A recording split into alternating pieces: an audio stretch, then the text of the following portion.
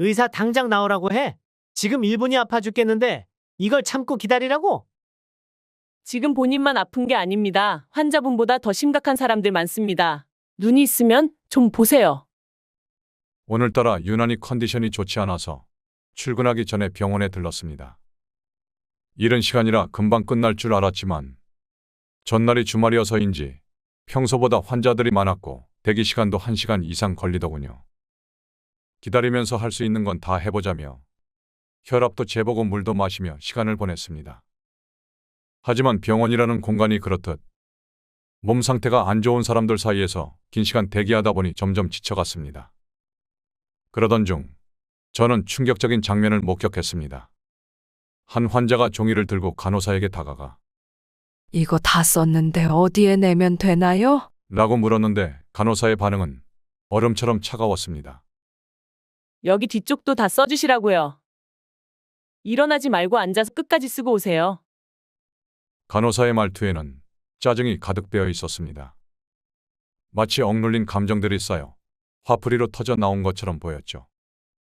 몸이 아파 치료받으러 온 병원에서 화를 내는 간호사의 모습을 보는 것은 심리적으로도 참 힘들었습니다. 저 역시 덩달아 마음이 불편해졌습니다. 아마 직접 당한 환자의 마음에는 더 큰 상처로 다가왔겠죠. 참 안타까웠습니다. 그런데 그때 뒤쪽에서 또 다른 소란이 들렸습니다. 이번에는 한 환자가 고래고래 소리를 지르며 분노를 터뜨리고 있었습니다. 그는 몸이 아파 죽겠다는 이유로 의사와 병원 직원들에게 격하게 화를 내며 불만을 쏟아냈습니다. 의사 선생 당장 나오라고 해. 여기 앉아있는 게 얼마나 힘든데 1시간이 넘게 기다리게 하는 게 말이 돼? 나 지금 1분 1초가 아파 죽겠는데 이걸 참고 기다리라고? 이게 그냥 버스 기다리는 거랑 같다고 생각합니까? 도대체 병원 시스템이 왜 이 모양이야?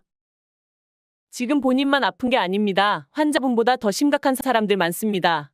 눈이 있으면 좀 보세요. 나보다 아픈 사람 있으면 나와보라고 하세요. 주변에 있던 다른 환자들도 죽을 상을 한 채 그를 바라볼 뿐 아무도 그에게 한마디 하지 못했습니다. 모두 각자 고통을 안고 있는데 그 와중에 분노와 짜증까지 더해지니 병원 전체가 지쳐있는 분위기였습니다. 그날 저는 병원에서 진료를 받고 직장에 출근했습니다. 그리고 곰곰이 생각해 봤습니다. 이렇게 화를 내는 사람들이 원하는 것은 뭘까? 그리고 나는 화를 내는 사람들을 만났을 때 어떻게 해야 할까? 똑같이 짜증을 내면 되는 걸까? 어디까지 내가 이해해야 하는 걸까? 살다 보면 별일도 아닌데 갑자기 욱해서 화를 내거나 사소한 일에 시비를 거는 사람을 만날 때가 있습니다. 가까운 가족일 수도 있고 직장 동료일 수도 있고 오늘 사연처럼 공공기관에서 생길 수도 있죠. 이럴 때 우리는 어떻게 해야 할지 몰라서 그냥 그들에게 감정적으로 휩쓸리기도 하고 무작정 상대를 진정시키려고 애쓰기도 합니다.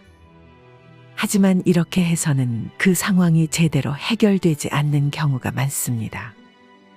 상대가 화를 내는 이유는 어쩌면 그들이 가진 특별한 사정 때문일지도 모릅니다. 그래서 우리는 단순히 그 사람을 미워하고 복수하려는 마음을 갖기보다 그들이 왜 그렇게 행동하는지를 이해하고 어떻게 하면 지혜롭게 대처할 수 있을지를 알아야 합니다. 오늘은 바로 그런 상황에서 화가 많은 사람을 만났을 때 나 자신도 상처받지 않고 동시에 상대방도 꿀먹은 벙어리로 만드는 방법 3가지를 말씀드리겠습니다. 이 방법들은 단순히 화를 가라앉히는 것이 아니라 상황을 평화롭게 풀어나갈 수 있는 실용적인 방법입니다. 20분만 집중해서 들어보세요. 이 방법을 알게 되면 앞으로 평생 화내는 사람들을 만나더라도 현명하게 대처할 수 있을 겁니다. 시작하기 전에 구독, 좋아요는 무료이오니 클릭 한 번씩 부탁드리겠습니다. 바로 시작하겠습니다.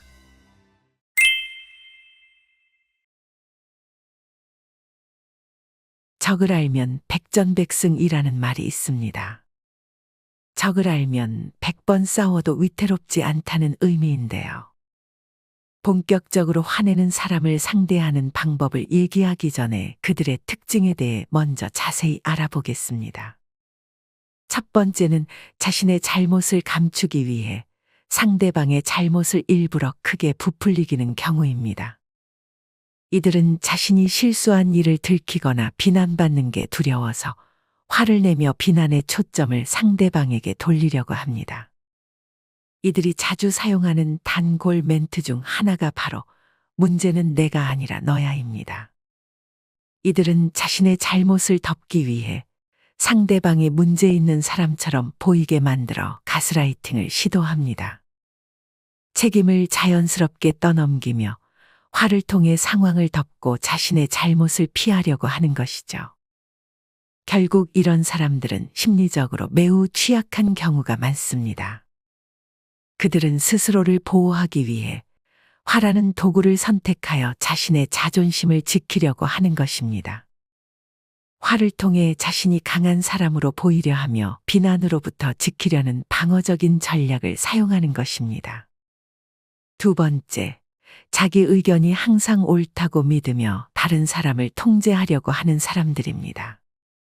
이런 사람들의 특징은 상대와 자신이 평등하지 않다고 느끼며 항상 자신이 우위에 있다고 생각합니다. 대화나 상황에서 주도권을 쥐고 상대를 지배하려고 합니다. 이들은 자신의 생각과 결정이 옳다고 믿기 때문에 상대방의 의견이나 감정을 무시하고 쉽게 화를 내곤 합니다. 예를 들어 가족 모임에서 식사 준비가 계획대로 되지 않으면 마치 세상 모든 것이 잘못된 것처럼 큰 소리로 화를 내기도 합니다. 또는 회의에서 자신의 의견이 반영되지 않으면 대화가 아니라 화를 내며 상황을 장악하려는 경우가 그렇습니다. 이들은 자신의 생각이 정답인지 아닌지를 떠나 큰 목소리로 상황을 통제하려고 합니다. 하지만 아이러니하게도 이런 특징을 가진 사람들은 마음이 약해서일 수 있습니다. 스스로 상처받기 싫고 예측할 수 없는 미래에 대한 두려움이 있기 때문에 상황을 통제해서라도 안정감을 느끼려는 것입니다. 세 번째는 별일도 아닌데 버럭 화를 내는 사람들입니다. 살다 보면 다른 사람의 말이나 행동에 지나치게 예민한 사람들이 있습니다. 나는 아무렇지 않게 한 말인데 그 말에 얼굴을 붉히고 욱하는 사람들이 있죠. 이들은 상대가 전혀 의도하지 않았는데도 자신이 공격받았다고 느끼며 스스로 상처를 받고 화를 냅니다. 주로 욱하는 상황은 이들이 과거에 좋지 않은 경험이 트라우마로 남아 비슷한 상황을 마주했을 때입니다. 과거에 아무것도 할 수 없어서 느꼈던 무력함을 극복하기 위해 지금 방어적인 태도를 취하면서 자신을 지키려고 하는 것이죠. 이러한 방어적인 태도가 상대방에게는 공격적으로 보일 수 있고 의도치 않게 불필요한 갈등을 일으킬 수 있습니다. 하지만 이렇게 예민한 사람들은 의외로 공감 능력이 높을 수 있습니다. 다른 사람을 잘 이해할 수 있는 능력을 가지고 있지만 다른 사람의 감정에 너무 깊게 휩쓸리다 보니 자신의 감정을 다루는 것이 어려워지는 것일 수 있습니다. 네 번째는 자신이 겪는 고통을 인정받고 싶어서 화를 내는 사람들입니다. 이들은 내가 이렇게 힘드니 좀 알아주고 해결해주면 좋겠다 라는 심리를 가지고 있습니다. 그러나 그 고통이 무시되거나 주목받지 못할 때 그 억눌린 감정이 화로 터져 나오는 것입니다. 쉽게 말해 내가 얼마나 힘든지 좀 이해해 줘라는 메시지를 화로 표현하는 것이죠. 이렇게 함으로써 상대방이 자신의 고통을 더 진지하게 받아들이도록 하는 전략을 취합니다. 감정적으로 힘들 때 그걸 표현하는 게 서툴러서 화라는 감정적 형태로 드러내는 것입니다. 이는 어린 시절 울고 뗐으면 엄마가 와서 밥을 먹여주고 돌봐주던 기억이 무의식에 남아있어 지금도 힘들 때 비슷하게 화를 내며 누군가 자신을 도와주고 달래주길 바라는 행동으로 이어지는 것입니다. 이렇게 격한 반응을 보이는 사람들의 공통적인 특징은 자기 자신을 보호하기 위해 화를 낸다는 점입니다. 중요한 것은 이러한 사람들에게 휘둘리지 않고 그들을 마주했을 때 지혜롭게 대처할 줄 알아야 한다는 것입니다. 이제 화내는 사람들을 효과적으로 대처할 수 있는 실용적인 방법 5가지를 단계별로 말씀드리겠습니다. 이 중 하나만 제대로 활용해 보셔도 갈등 상황을 크게 개선하는 데 도움이 될 것입니다. 먼저 첫 번째, 상대방의 말을 거울처럼 그대로 따라해 보세요. 예를 들어, 상대방이 화가 나서 의사 당장 나오라고 해. 지금 1분이 아파 죽겠는데 이걸 참고 기다리라고? 언제까지 기다리라는 거야? 라고 했다면 이렇게 대답해 보는 겁니다. 지금 너무 아프셔서 기다리기 힘드시죠? 당장 치료받고 싶은 마음 충분히 이해합니다. 얼마나 기다려야 할지 몰라서 더 답답하시겠어요. 이렇게 답하면 상대는 자신의 고통과 불만을 인정받았다고 느껴 감정적으로 조금 진정될 수 있습니다. 이들의 화 뒤에는 내가 이렇게 힘드니 좀 알아줬으면 좋겠다라는 마음이 숨겨져 있습니다. 이들은 감정 표현에 서투른 경우가 많기 때문에 그냥 그들의 감정을 인정해 주는 것이 화를 가라앉히는 데 가장 효과적일 수 있습니다. 당신의 마음을 이해하지만 나도 어쩔 수 없다라는 뉘앙스를 풍기면서 대처하면 됩니다. 다만 간혹 이렇게 다독여도 오히려 더 화를 내는 사람들이 있습니다. 이런 사람들은 단순히 인정받고 싶은 욕구뿐만 아니라 다른 심리적 방어 기제가 숨어 있을 수 있습니다. 이럴 때는 다음 대처 방법을 권해드립니다. 두 번째, 상대방에게 시간을 주고 잠시 거리를 두세요. 공자의 유명한 명언이 있습니다. 인내는 모든 것을 해결한다. 성내지 말고 기다려라. 그러면 결국 진정한 답을 찾을 것이다. 갈등 상황에서 서두르지 않고 인내하며 기다리면 올바른 해결책을 찾을 수 있다는 말입니다. 상대방이 화를 낼 때 바로 그 자리에서 해결하려고 하면 오히려 상황이 더 악화될 수 있습니다. 만약 상대방이 너무 격앙되어 대화 자체가 어려운 상태라면 잠시 시간을 두고 진정할 수 있는 기회를 주는 것이 좋은 방법입니다. 하지만 주의할 점은 아무 말 없이 자리를 떠나서는 안 된다는 것입니다.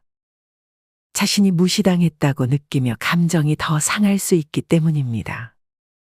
그래서 상대방에게 반드시 이런 말을 하고 물러나는 것이 중요합니다.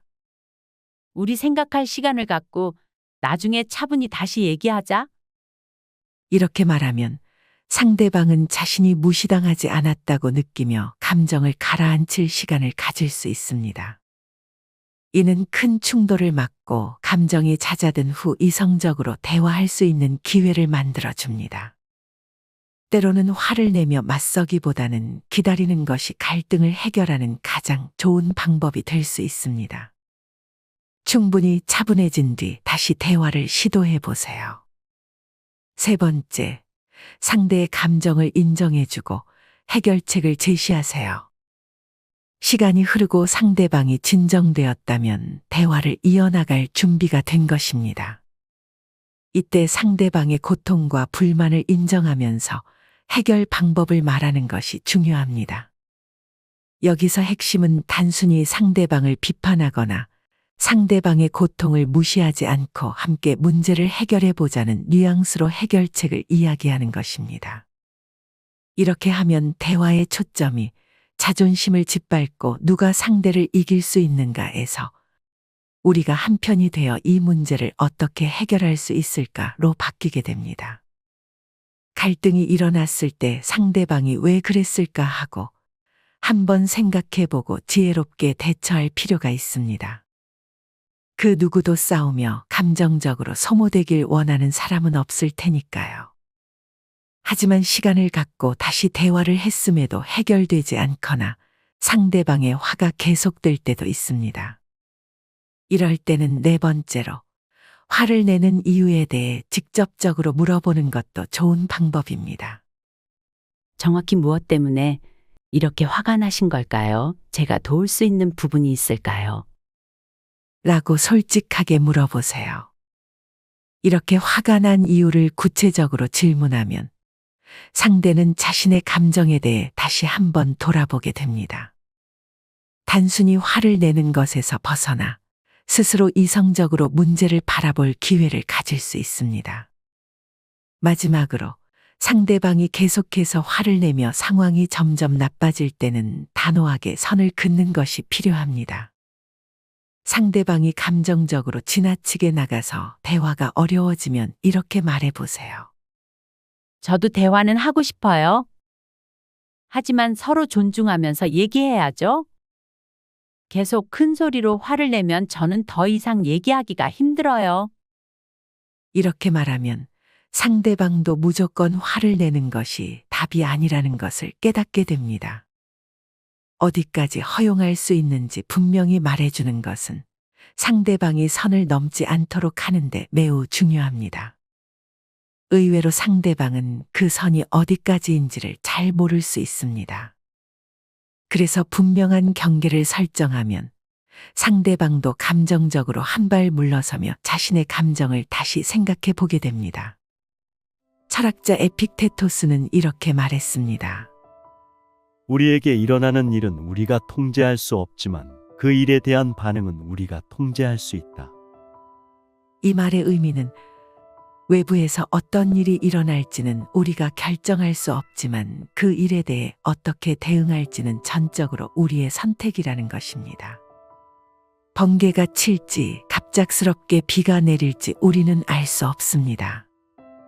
하지만 그 상황에 대해 어떻게 느끼고 어떻게 반응하며 어떤 이야기를 만들어낼지는 우리의 몫입니다. 화내는 사람을 만나거나 예상치 못한 갈등 상황이 일어나는 것도 우리가 피할 수 없는 일일 수 있습니다.